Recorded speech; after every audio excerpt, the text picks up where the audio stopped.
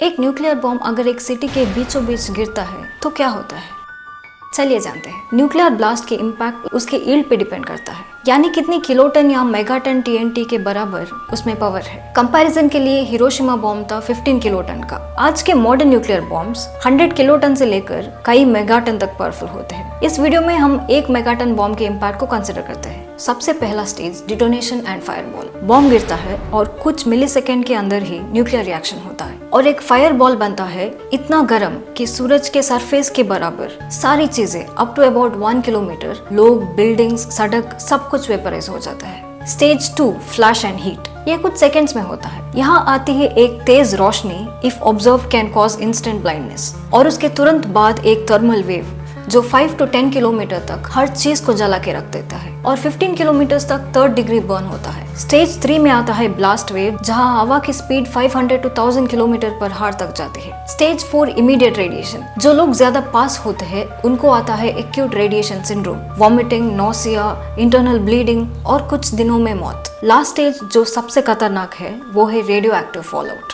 यहाँ radio active dust हवा के साथ हंड्रेड्स ऑफ किलोमीटर्स तक फैल सकती है और इसका इफेक्ट सालों तक रहती है। जमीन, पानी, सब कुछ कंटामिनेट होता है। जो लोग बच भी जाते हैं उनके लिए जिंदगी नॉर्मल नहीं होगी। सो दोस्तों, एक न्यूक्लियर बॉम्ब सिर्फ एक ब्लास्ट नहीं होता, ये पूरी एक दुनिया का अंत बन सकती है। इसलिए जब भी न्यूक्लियर वेपन्स का बात होती है, समझना जरूरी है कि इसका इम्पैक्ट सिर्फ एक बटन तक सीमित नहीं है, ये पीढ़ियों तक सीमित होती है। अगर ये कंटेंट आपको अच्छी लगी तो जरूर लाइक कर देना। And for more such videos, do follow my page.